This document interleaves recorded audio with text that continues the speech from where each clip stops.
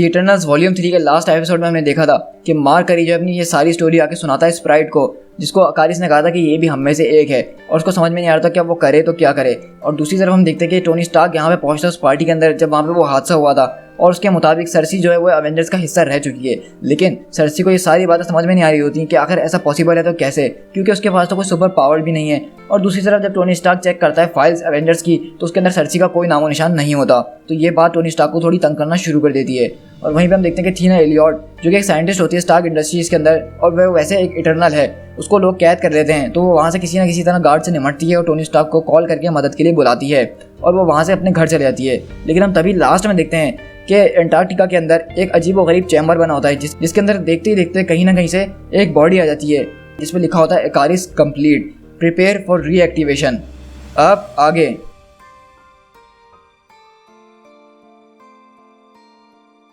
हम यहीं से दोबारा वहीं शिफ्ट होते हैं अंटार्कटिका के अंदर, और हम बेसिकली देखते हैं कि ये एक जो चैम्बर था ये एक इटर्नल्स का बनाया हुआ चैम्बर है। मतलब आपको मैं यहाँ से सीधी करके बात ये समझाऊं कि जब भी कोई इटर्नल मरता है तो वो सीधा इस चैम्बर के अंदर आ जाता है और यहाँ से दोबारा रीएक्टिवेट हो जाता है, मतलब दोबारा जिंदा हो जाता है। तो इस तरह से इटर्नल्स को मारना, मैंने जैसे आपसे कहा था कि इम्पॉसिबल सी बात है, इटर्नल्स कभी मर ही नहीं सकता है। मतलब वो अगर मर भी गया तो वो दोबारा रीएक्टिवेट हो जाता है। इस तरह का हमने देखा था कि उन डिविएंट्स ने इतनी मेहनत करने के बाद उसके इलेक्ट्रॉन्स प्रोटॉन्स को अलग अलग कर दिया था, वेपराइज कर दिया था। तो उसके बाद ये अकारिस की बॉडी खुद ब खुद यहाँ पे दोबारा ट्रांसफॉर्म हो गई। और हम देखते हैं कि ये प्रोसेस किस तरह से होता है। और वहाँ पे एक कंप्यूटर होता है जो उनको एडवाइस कर रहा होता है और बोलता है कि अगर आपको उठना है तो उसके लिए आप खड़े होइए और इस दरवाज़ों के जरिए जाइए। और हम देखते हैं इस तरह से उसी बॉडी को उठा के दरवाज़ों के जरिए ले जाया जा रहा होता है और बोलते हैं कि इटर्नल इकारिस आइडेंटिफाइड। और यहाँ से उसको नया यूनिफॉर्म पहनाया जाता है और बोलते हैं कि इटर्नल इकारिस रिएक्टिवेशन कंप्लीट। अब जो हो तुम रिएक्टिवेशन चैम्बर से बाहर निकाले जा रहे हो। और हम देखते हैं कि वो बोलता है कि मैं कहाँ पर आ गया हूँ। तो वो बोलता है कि वेलकम बैक, ये ओलंपिया है, इटर्नल इकारिस वेलकम होम, ये तुम्हारा घर है, प्लीज़ तुम जो हो रिपेयर सीक्वेंस को इनिशिएट कर दो। यहाँ से हम शिफ्ट होते हैं San Francisco Golden Gate Park, जहाँ पे हम देखते हैं कि मार्क करी और स्प्राइट यहाँ पे पिकनिक के लिए आए होते हैं, मतलब थोड़ी बहुत बातचीत करने के लिए आए हुए होते हैं।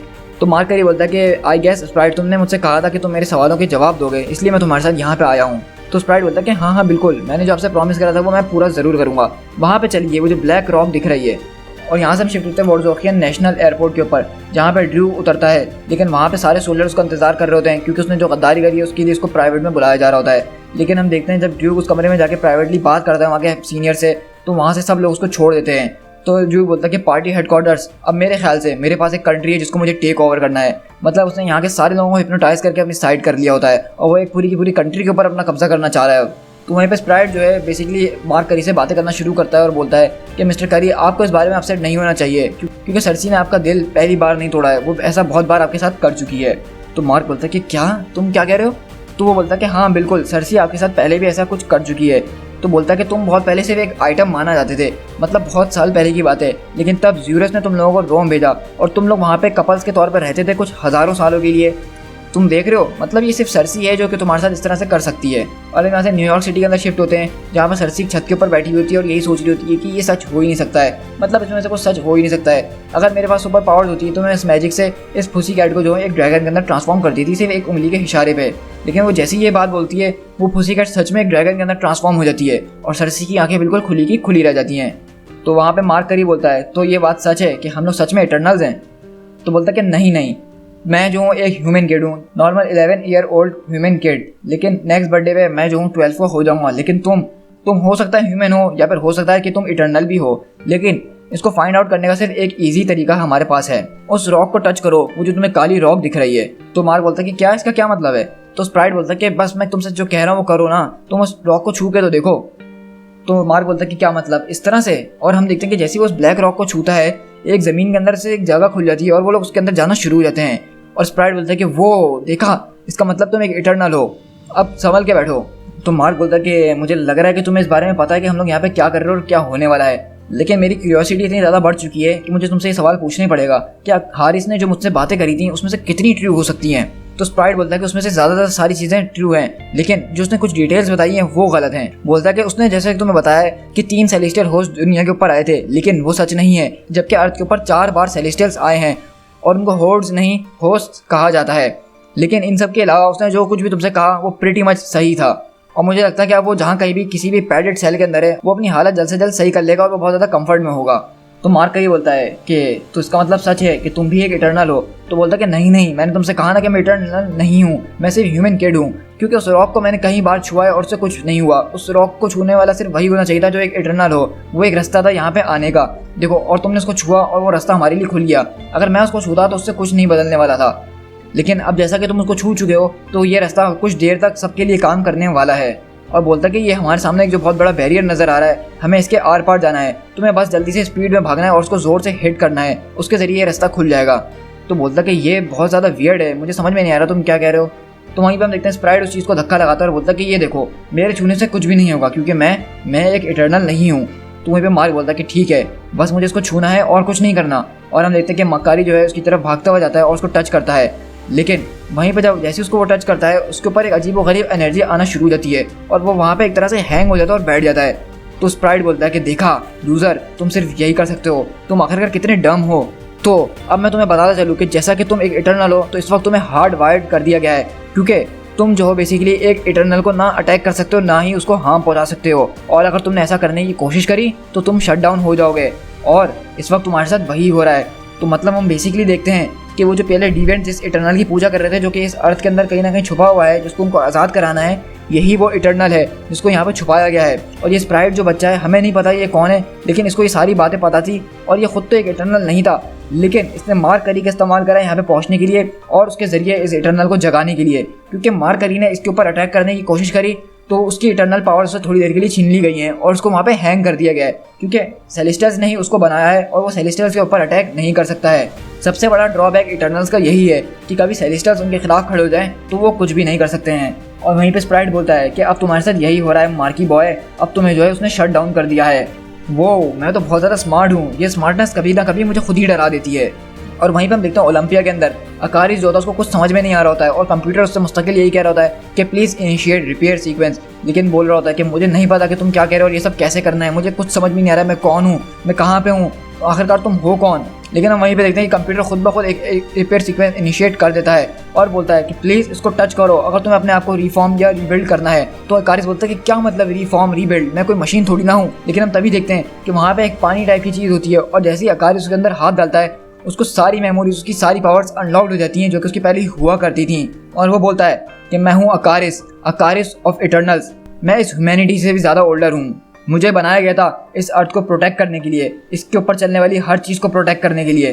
किसी ने मेरे लोगों के साथ ये किया है, किसी ना किसी ने तो मेरे लोगों के साथ और मेरे साथ ये किया है, वो जो कोई भी है वो ये जान ले कि मैं आप तुम्हें ढूंढ के रहूँगा। तो वहीं पर अकारिस बोलता है कि आर्काइव, वो बोलता है कि यस अकारिस। तो अकारिस बोलता है कि मुझे फुल ब्रीफिंग चाहिए अभी के अभी। और इस तरह हम देखते हैं कि बेसिकली इटर्नल अकारिस जो होता है अब उसकी सारी पावर, सारी मेमोरी अनलॉक हो चुकी हैं, मतलब अब वो जान चुका है कि जो कुछ भी उसके साथ हुआ था, जिस वजह से वो अपनी मेमोरीज भूला था, वो हर चीज़ जान चुका है। और उसका जहाँ तक अंदाज़ा है वो ये भी जान गया है कि स्प्राइट ने जो है मार्क करी को फंसाया है।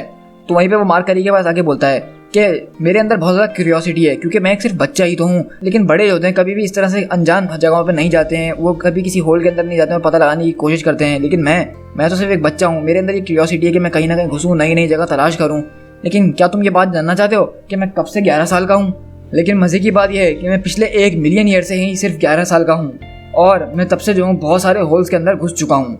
ओ मकारी, मुझे तुम्हारी वो स्टोरी सुनने में बहुत मज़ा आ रहा था, लेकिन सबसे ज़्यादा हार्डेस्ट पार्ट ये था कि मैं अपनी शक्ल सीधे रख के बैठा हुआ था। मतलब मैं तुम्हारी वो सारी आई लव यू सरसी वाली सारी कहानी बार बार सुने जा रहा हूँ, जबकि मुझे सब कुछ पता है कि उस वक्त क्या हुआ था और क्या नहीं हुआ था। तुम दोनों जो हो कई बार ब्रेकअप कर चुके हो। तुम लोगों का पहला ब्रेकअप हुआ था 1/2 मिलियन ईयर्स अगो, जब वो तुम पे चीट कर रही थी और तुमने उसको पकड़ लिया था। उसके बाद तुम्हारा अगला ब्रेकअप 25,000 ईयर्स अगो हुआ था, क्योंकि उसके बाद तुम उसमें चीटिंग कर रहे थे।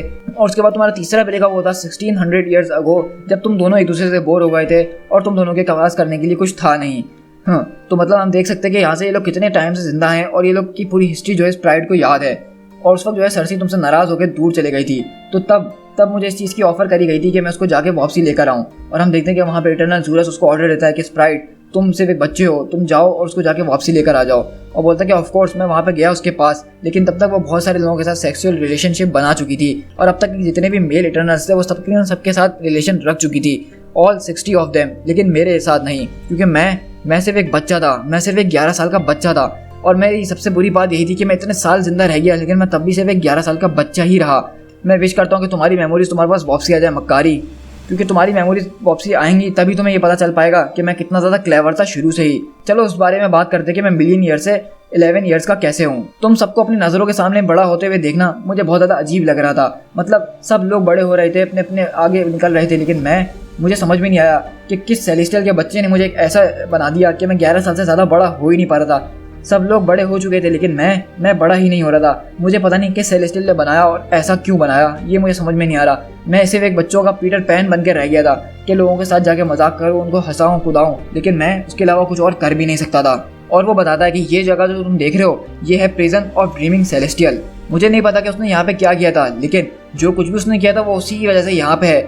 और जो कुछ उसने किया होगा मुझे पूरी उम्मीद है कि वो बहुत ज़्यादा बुरा होगा। वो इतना ज़्यादा बुरा होगा कि वो 500 मिलियन ईयर से यहाँ पे कैद है, और उसको कैद भी दूसरे सेलेस्टियल्स ने किया है हमेशा हमेशा के लिए। ये कितना कूल है ना। चलो फास्ट फॉरवर्ड करते 100 ईयर्स अगो, मतलब 100 साल पहले की बात है कि यहाँ पे बहुत खतरनाक किस्म के अर्थक्वेक को महसूस किया गया। ओलंपिया के अंदर सारे अलार्म्स बजना शुरू हुए और हमें पता लगा कि यहाँ पे कोई बहुत बड़ी सिचुएशन है। हम लोग यहाँ पे आए, मतलब कैलिफोर्निया आए। हम लोग जब यहाँ पे पहुँचे तो हर चीज़ तबाह बर्बाद हो चुकी थी। बहुत ज़्यादा रिपेयर का काम था और इतनी ज़्यादा नॉलेज थी जिसको हमें समेटना भी था। हमने हर उस चीज़ को फिक्स करा जिसको हम फिक्स कर सकते थे, और आखिर में हमें इसका कोर डैम्पर दोबारा से री इन्वोक करना था। मतलब ये फुल स्केल सेलेस्टियल टेक्नोलॉजी थी। हम में से कोई भी इस चीज़ को समझ नहीं पा रहा था, लेकिन हमने फिर यूनिमाइंड बनाया और उसके ज़रिए हमने अपनी एक दूसरे की सारी ग्रेटनेस, इंटेलिजेंस, कॉन्शियसनेस एक दूसरे के अंदर ब्लेंड कर दी और उसके ज़रिए हमने इसको रिपेयर करना शुरू करा।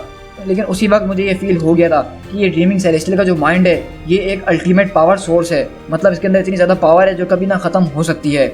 और जब हम उस यूनी माइंड के अंदर भी थे तो तब भी मैंने किसी ना किसी तरह से उसको अपने तौर पे इन्वेस्टिगेट करने की कोशिश करी, लेकिन वो कोर डैम्पर रीएक्टिवेट हो गया और हमारा यूनी माइंड डिसॉल्व हो गया। तुम्हें पता है कि 1 मिलियन ईयर 11 साल का रहने के लिए बहुत ज़्यादा होते हैं। मतलब यार तुम सिर्फ 10 साल तक 11 साल के रह के दिखा दो, तुम्हारे लिए वो भी बहुत बड़ी बात है। और मैं पिछले फ्रीकन 1 मिलियन ईयर से जो हूँ 11 साल का हूँ। मैं एडल्ट्स की तरफ देखता हूँ और मैं उनकी तरफ बनना चाहता हूँ। मतलब मैं 1 मिलियन ईयर से अपने सामने मर्दों और औरतों को देख रहा हूँ कि वो क्या क्या नहीं करते हैं। मतलब मेरा भी दिल चाहता है वो सब करने का, लेकिन मैं कभी उसके लिए तैयार हो ही नहीं सकता हूँ, क्योंकि 1 मिलियन ईयर से लोग मुझे जो है सिर्फ एक बच्चे की तरह ही ट्रीट करते हैं। मैं जो हूँ इन सारी चीज़ों से तंग आ गया था। मतलब तुम सब जो थे अपनी अपनी ज़िंदगी में खुश थे, लेकिन मैं सिर्फ एक 11 साल का बच्चा ही था जो कभी बड़ा होकर ही नहीं दे रहा था। मैंने इस चीज़ के लिए बहुत टाइम से प्लानिंग करना शुरू करी, हर एक डिटेल को नोटिस करा, क्योंकि मेरे पास सिर्फ टाइम ही टाइम था और मुझे कुछ करना तो था नहीं।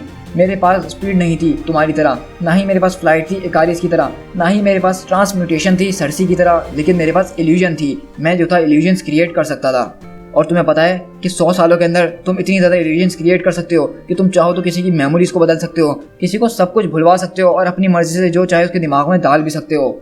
इन सब चीज़ों में टाइम तो बहुत ज़्यादा लगता है, लेकिन मैंने हर एक चीज़ को बहुत डिटेल से देखा और हर चीज़ को कैलकुलेट करा और मुझे पता था कि मुझे अपना प्लान किस तरह से एग्जीक्यूट करना है।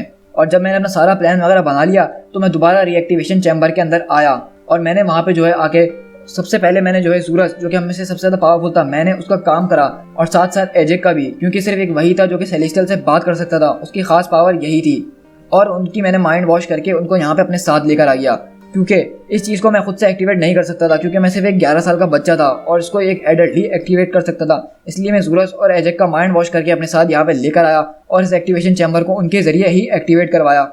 मैंने उनके दिमाग में एक ऐसी इल्यूजन डाल दी कि उनको ऐसा लग रहा था कि उनको जो है एक बहुत बड़ा सेलेस्टियल लीड कर रहा है और वो अपनी सारी ज़िंदगी जो है इस सेलेस्टियल के नक्शे कदम पर चलते हुए निकाल देंगे।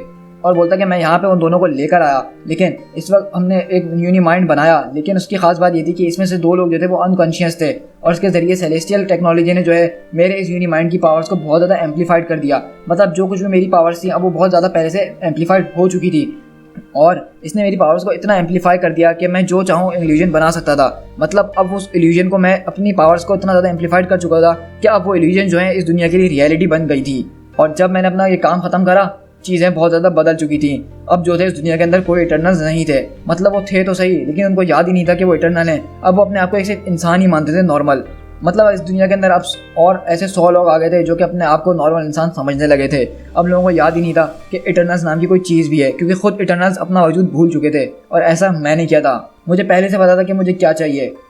मुझे हमेशा से जो था एक फिल्म स्टार बनने की चाहत थी। मैं एक रॉक स्टार बनना चाहता था, टीवी में काम करना चाहता था। मैं चाहता था कि लोग मुझसे मोहब्बत करें, लोग मेरा नाम जिंदा रखें। मैं जो एक टीवी स्टार बनकर रह सकता हूँ और तब तक सारी फेम हासिल कर सकता हूँ। और जब मैं 20 का हूँगा तब तो मेरे लिए लड़कियाँ ही लड़कियाँ होंगी। और फिर फिर मेरे ऊपर डिपेंड करता है कि मैं अपनी ज़िंदगी किस तरह से गुजारूँ, क्योंकि बेसिकली मैंने अपने लिए डिसाइड कर लिया कि मैं आपसे एक ह्यूमन रहूँगा, क्योंकि अब कोई भी इटर्नल नहीं है और मैं भी एक ह्यूमन बन चुका हूँ। मतलब मैं चाहूँ तो सोलर सिस्टम को छोड़ के जा सकता हूँ और अपनी खुशी वसी वाली एक ज़िंदगी गुजार लूँ, लेकिन मैं ऐसा नहीं करने वाला हूँ। अब मैं एक नॉर्मल इंसान की ज़िंदगी गुजारूंगा जैसा कि हर इंसान गुजारता है। मतलब तुम समझ रहे हो ना कि मैं अब बुढ़ा हूँगा, मैं शादी करूँगा, मेरे बच्चे भी होंगे और एक ना एक दिन मैं शायद मर भी जाऊँगा।